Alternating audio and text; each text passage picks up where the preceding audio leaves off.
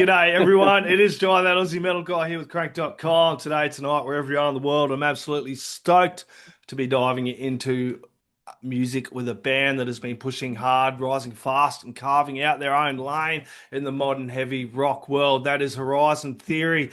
Just a few short years, these guys have gone from grinding it out in Michigan to jumping on national tours with absolute heavyweights like Sevendust.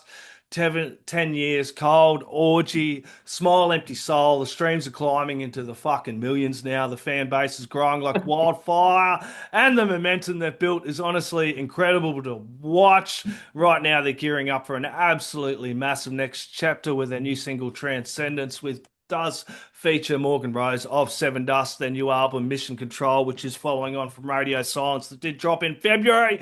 We do have Chris and Josh here to talk about all things Horizon Theory. Cheers for joining me, guys. Thank you, man. Thanks for having us, dude. Yeah, appreciate it. Absolute bloody pleasure. Now, spat out that long-winded intro. Let's start at the beginning. Kind of tell me a little bit about how Horizon Theory formed way back, I think 2022 now. Tell us all about the beginning and the formation of the band. So go ahead. Really, man. So I was in a local band here in Michigan. We played around the state quite a bit, and a buddy of mine, I was headed to a gig, and a buddy of mine, a mutual friend of ours, who actually used to play bass in that band, hit me up one day. He's like, "Hey, man, you know who Chris is?" And I'm like, "Yeah, I kind of know who he is. Never met him."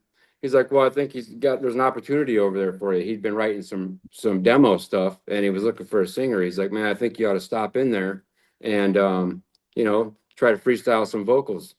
And I kind of brushed it off, and I'm like, I'm on my way to a show, you know what I mean, at the casino. Got a 4-hour gig, da da da da. Kind of brushed it off, and about a half hour later, he called me back. He's like, "Dude, I really think you ought to go over there, man." And I'm like, "All right, it's on the way." So I swung in here, and his whole family was in here, his girl, his kids, and first time I'd met them all. Sat down at the computer, he had a demo going, and I just kind of freestyled some shit lyrics, you know what I mean? Kind of Allison Chaney kind of stuff. And they all kind of flipped out. And that was pretty much the start of Horizon Theory that day. Yeah, actually, what he recorded that day on the spot and made it on our newest album, Radio Silence. The track's called Dying Vengeance. And when you listen to that track, the very first, the intro, I guess, the first verse, whatever you want to call it, it's what he did that day without ever hearing the song before. So, 2 years later, it made the cut and we put it out. Right. So. Nice. So tell me about getting the rest of the guys together. And was this a vision that you tell me a little bit about the vision as well, for the sound? Was this something you had in mind that you all kind of shared, or was this something you kind of explored as you got in there and started making the music together? Or tell us a little bit about that side of it. When I first started writing demos, I was all over the place because I had no idea what direction we were going to go. I had a lot of different styles and a lot of different sounds, and it was kind of one of those deals where that decision's kind of going to make itself when you meet a singer, get a singer on board, and you start writing around their vocal style and ability. And so it took Josh and I a good 6 months of just sitting in a room together, putting him in the booth and working on hooks and melodies and phrasing and kind of learning each other's style. He's got a real love affair with hair metal. So he loves the classic stuff. I'm more of a modern metalcore guy. So what you end up hearing on our stuff is kind of a mix of the two. You've got metalcore style riffs and kind of heavier drums, and then his hair metal style vocals. A lot of times you'll hear, like on our newest album, the track called Right From the Start, you really hear it in that. But I think it's a cool combination, and it's not something you see and hear every day. So it's worked out pretty good. Yeah, and I think I was reading somewhere that you guys took, I think it was a year to write before you even thought about stepping on stage. So just spending time together in the rehearsal room, making music together, getting to know each other. That bloody would have really, really helped, I suppose, going forward as well, taking that year to, work together, yeah? Right. Yeah, we probably had close to 2 albums of demos before we had even played live together, or really before we even put our EP out. So we had all this music we had to choose from for our first EP. and it's kind of nice. And we still revisit those songs. I mean, we have albums of demos, put away. I mean, anytime we're bored, we get together and or something comes up, he lays it down. I mean, so it's stuff that we always come back to, but it's worked out great. I mean, that year of writing, like we focused on writing meaningful music, meaningful lyrics. But we focused on not being stuck in a box, writing what we want to write, nobody telling us what we have to do, and you'll hear that from song to song, the difference. And not genre, but the difference in kind of sound and style of songs that we write. So, and that really opened it up for Chris and I to really like we almost have a system now how we do it. Yeah. So, it's worked out for the best so far. Yeah, I think it's important for bands beginning as well to take that time together and really fucking map it out and how they're going to approach this, instead of just Right. dropping music for the sake of it, spending that year plot kind of working, because you come out there, you dropped in the cover, yeah, give everyone, oh yeah, here's the little Flowbots cover and fucking whatever. Then you drop the Astronomer, the EP, then you follow it up with Radio Silence, an album, you got another album next year. It Right. really, you can really see that you've obviously put some fucking thought into how we're doing this. Yeah, yeah, yeah. Yeah. Sure. I worked with someone in the past in music, and he made a comment to me, and it always stuck with me. He said, "You've got your whole life to release your first album." Yep. So your first impression is everything, and we just knew that rushing this wasn't a good idea, So we took our time.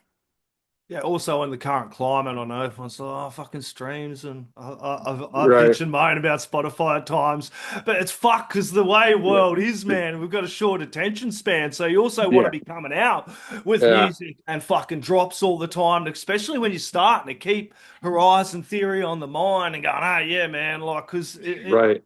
it's a shitty society at times with attention spans.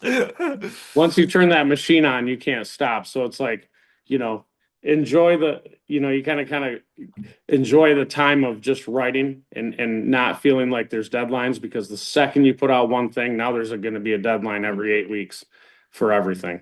So then it's music videos and it's tours and it's like go time. So yeah, you've got to do it right for sure. And that's kind of a battle too. Like, do you want to put singles out? Do you want to put the album out? I mean, it's a singles world right now, but it's almost like, fuck, when you got a banger album and you just want to release it, and then you release one single off of it and everybody loves it, but you're like, that's not even the best fucking song, dude. You got to wait till March, bro.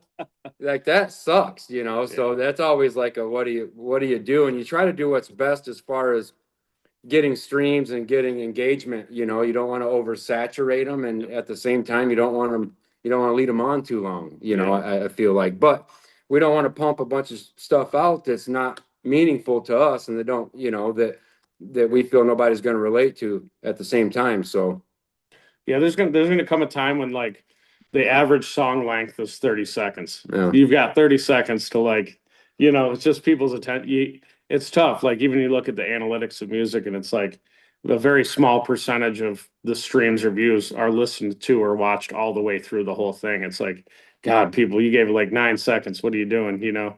It's just that's gonna be the future. 30-second singles, and it's gonna be all AI. It's terrible. Verse and a hook. I can see grindcore bands sitting there going, "Fuck yeah, man, we got our album out in this time." No shit. The moment they've been waiting. They've been sitting on it. Yeah.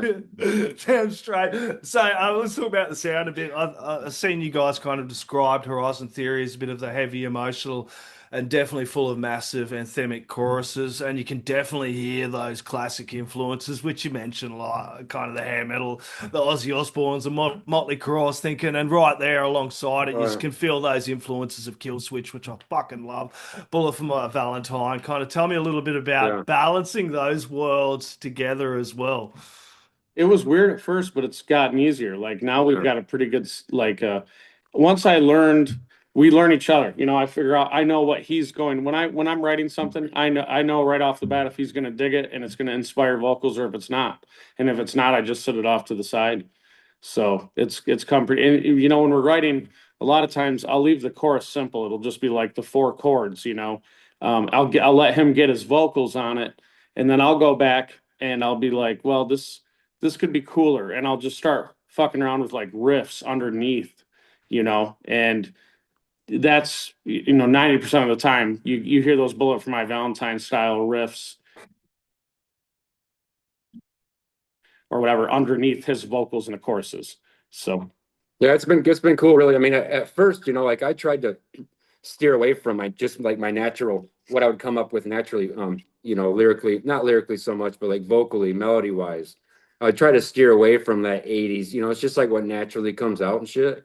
And then we kind of it's kind of morphed into this thing that we have now. Like I know where I can let that natural stuff kind of flow, usually like in a chorus, but I know like there's got to be part of these songs that are a little more modern, a little more catchy, and so, and that's kind of where he comes in, and we've kind of over time, like it's worked. It's like meshed real well. We kind of have this. It's funny with that to have like the hair metal style vocals, but then we have we sprinkle screams all over the I shit. know there's a bit of flow here as well. There's all sorts of different influences to your delivery as well, Josh. It's not kind of one dimensional. I know did mention the 80s stuff a bit, but like there's so many different kind of styles I can pick in your vocal delivery. It's just you all over. It's kind of, you can hear influences, but it's you just kind of doing your fucking thing as well, Right. not trying to fit some fucking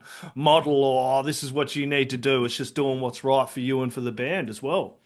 Yeah, that's it, man. That you hit the nail on the head right there. I mean, I want to be myself. We all do, we want to be real, and we don't want to sound like anybody else. I hope that one day when you hear Horizon Theory, or you hear my vocals, you can be like, that's Horizon Theory, that's Josh Harrington. Like I don't want to sound like everybody else, and you know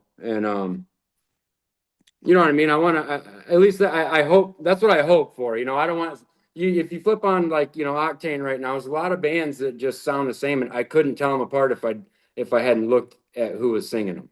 You know what I mean? I just couldn't tell them apart. And I don't want to be in that group. I feel like we're like on the edge of some of that stuff, but yeah, you got to keep your identity, and if you don't sound different, you're never going to make it anyways, Yeah, and I have some short-lived success, but right. And a lot of my influences, like the 80s stuff, but I am a huge Bullet fan, Kill Switch. Yep. I mean, and I listen to R&B music, 90s R&B, 80s, all that shit. So like I have a lot of musical influence, and it shows. I think it shows. There's definitely some diversity in our Every the music that we write. self-respecting metalhead should be listening, like have a wide range of music. I know most of us do, dude. I've interviewed some brutal fucking bands, and they're like, man, I love the songwriting of like Britney Spears or some shit, dude. It's like, hey, man, like, you know what I mean? I'm just examples, man. It's just,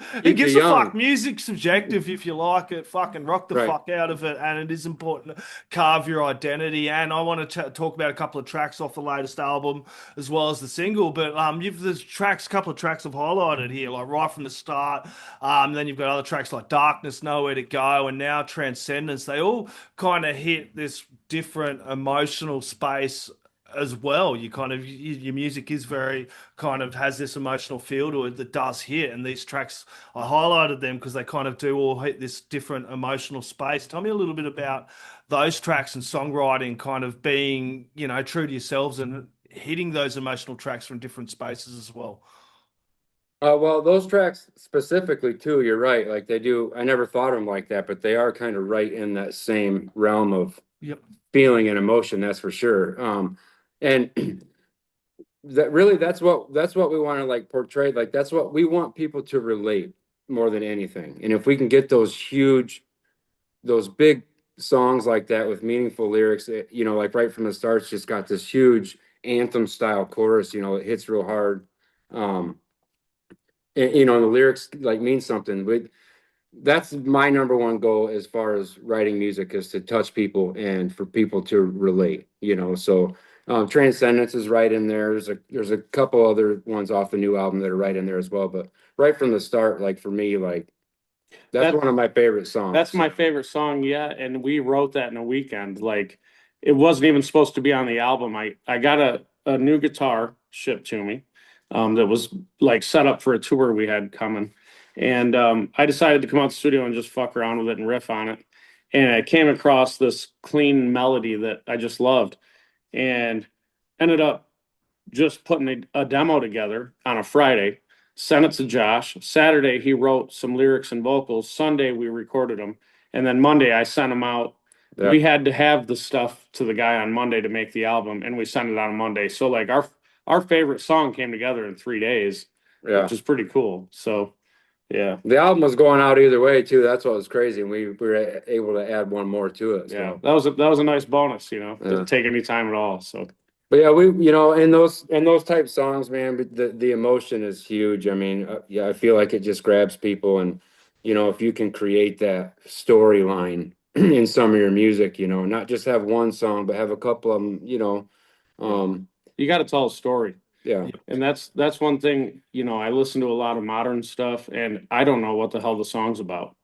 Like they've got these really metaphorical like lyrics.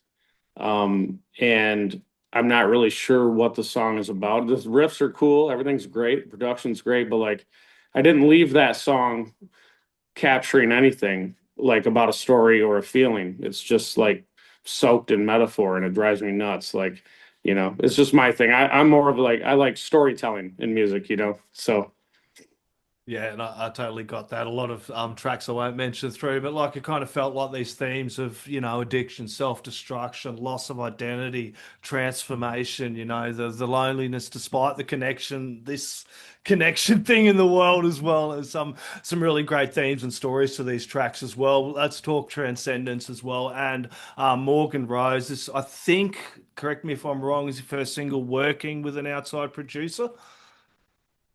this is our first time working with somebody else, yeah, which was we always had it in the back of our minds like that it was going to happen. You know, we just wanted to take like a different direction, not so much the next step, but it is kind of a different step for us, I guess. But we wanted to head into a different direction. I mean, see what kind of different kind of sound we could come up with without steering too far from what we do. You know what I mean? We still want to be true to ourselves. So we were able to tour with Sevendust on 2 runs, and on the second run, Morgan came to us and expressed to us that he wanted to do an album with us.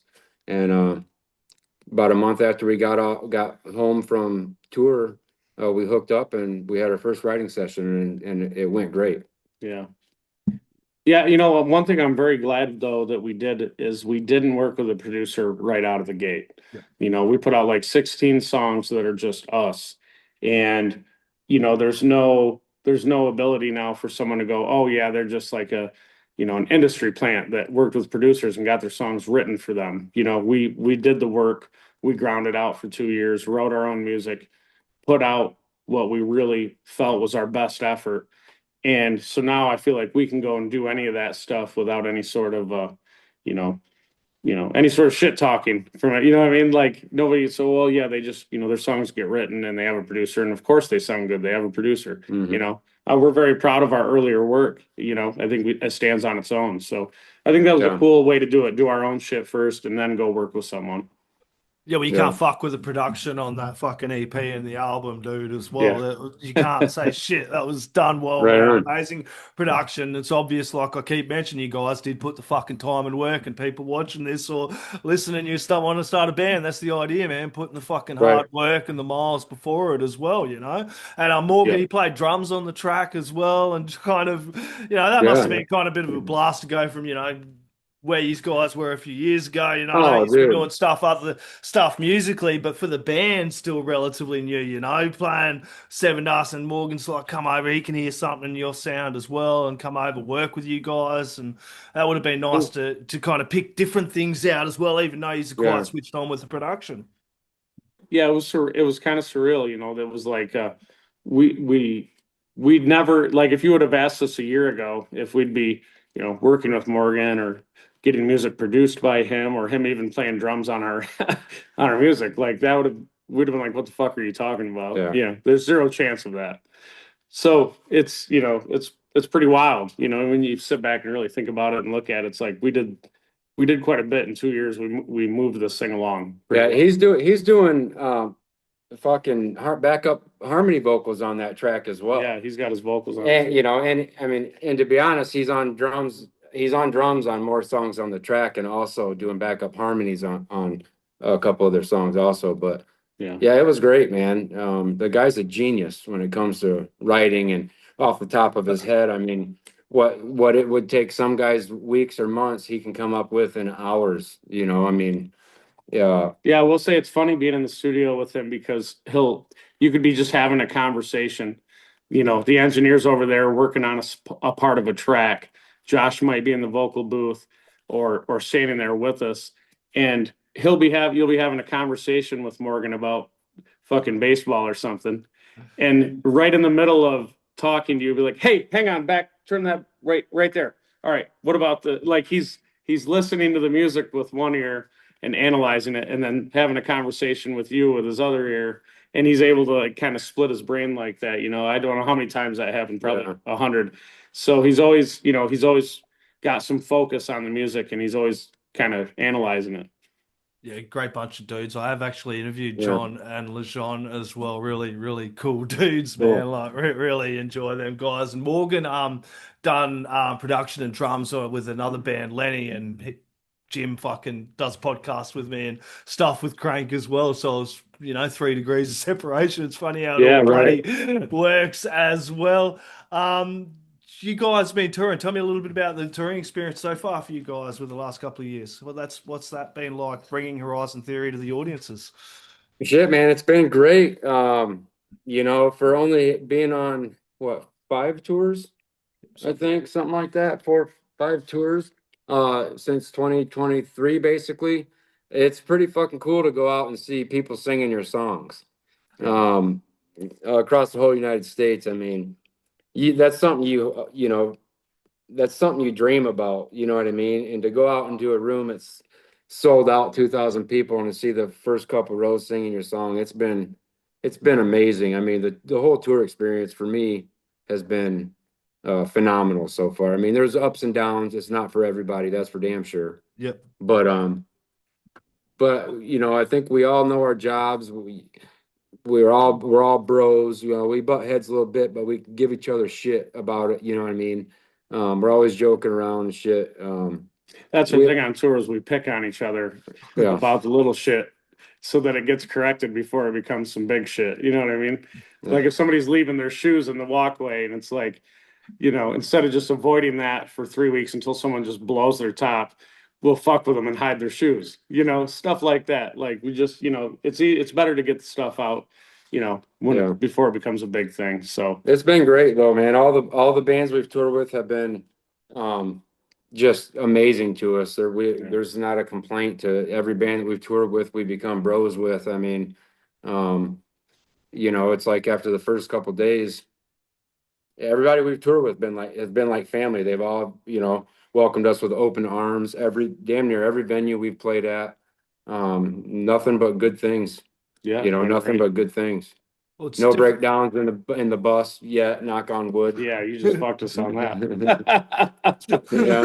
Yeah, well, it's good, I suppose, in America. You can do those tours, like we're the same size as America, but you can't do that here in Australia. Over in the US, you can be a touring band, kind of pump out a bunch of shows all over the place. Here in Australia, you play 3, 4 fucking shows, and that's about the run of it. Right. Well, you know, I've always wanted to come to Australia, but I have noticed like the tour flyers, like there's usually like 4 dates. Yeah, and that's cool. It's cool and all, but like you got to ignore Northern Territory and Tassie. Like every cunt complains. Like you'll see on the post too. Why don't you play here? Because we do have like Northern Territory, Western Australia, South Australia. You could play all of them if you, but it's big because we're so big. No one in the middle, right? Desert, and you got the cities here. So, but they do regional runs as well. So, but it's a lot harder. Yeah, for sure. Yeah, we would like to make it at some point for sure. Hopefully, we get on a tour next year that maybe has an Australian leg, you know, come over and play like 3 or 4 shows, and yeah, it'd be cool. Well, the key is if you're doing it, like a lot of bands, they'll come over, they'll do Asia, they'll come down through, do like the Right. circles. So you play Asia, Australia, and New Zealand, and kind of do the three, and then it kind of makes a little bit more sense to time in Right. together. Right. Sure. Yeah, that'd be dope, man. Hopefully one day.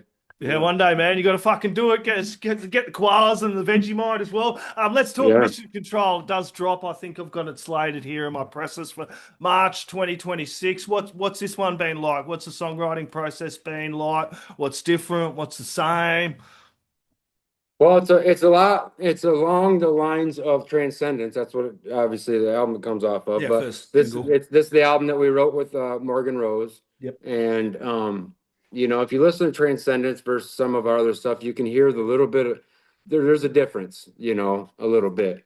You can definitely hear a little bit different guitar tones and just a little change, a little style. And the whole album is kind of along the lines of that, you know. Yeah, which is a good thing. I mean, we didn't want to go work with a producer and then have our sound stay the exact same, you know, Right. There'd be no point in that. So this is a chance to kind of expand on our sound and kind of grow also as musicians.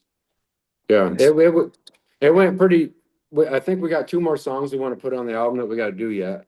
We're actually recording one right now. Right. We were almost late for our interview because I was in the vocal booth. yeah, we had him in the booth and we're putting some vocals on something. So Yeah. it's actually, I'm pretty stoked on this right here. So Yeah, but the whole writing process went great with Morgan on the whole album. I mean, I think we had 3 sessions with him. We did 2 or 3 songs each session, and I wish we could have dropped the album when we dropped Transcendence. yeah, Like it's the weight sucks.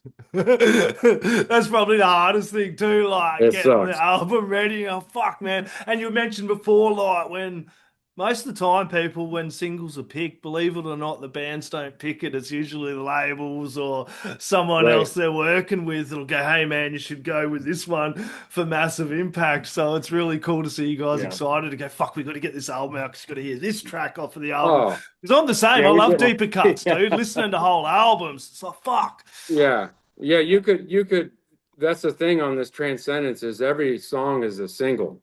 Like you know, we put or not Transcendence on Mission Control. Every song is a single. We Yep. put Transcendence out and it was like eeny, meeny, miny, mo. You know what I mean? Like which one do you know, which is great. I mean, the anticipation is I wish people knew what they're gonna be fucking getting. You know what I mean? Yeah. I wish they knew what I knew. Yeah, so I got to ask, man, like, I know everyone's putting on their fucking Spotify rap, but where's the best place people can get along and, you know, support you guys as well? You got somewhere, you got some merch, albums. Where's the best place people can get along and actually put something in the fucking stockings to hold? Right. Oh shit. Oh shit. So if you go to the top of any of our social medias, whether it be Instagram or Facebook, we have there will be a link in our bio called Linktree. And if you click that, once you get in there, there's a shop button. And we have a ton of cool merch. We have shoes, backpacks, duffel bags, hats, hoodies, like all kinds of stuff, beach towels. We've got probably 50 or 60 merch items in there. And yeah, we'd love some people to get some stuff for sure. Yeah. So We need Christmas presents. We need to buy Christmas presents. Yeah. So Well, that's where the real support is, people, you know, fucking Yeah. really getting out there and supporting your bands, buying physicals, doing the right thing. Everybody's a new album coming out. Mission Control does drop March 2026. Go get their Radio Silence album, The Astronomer. Go check out all their music. Crank it really fucking loud. Massive thanks to you guys for hanging out and talking Transcendence and all your bloody music as well. I'll have to catch up with you in 2026. Talk the new album. for sure. Till then, last words, shout outs, thank yous are all on you, my friends. yeah, man. Hey man, thank you so much, dude, for having us, brother. Yeah, we appreciate it. Thank you. And thank you everybody for listening and anybody that supports us. We appreciate it. Yeah, be waiting for that album to drop. Yeah.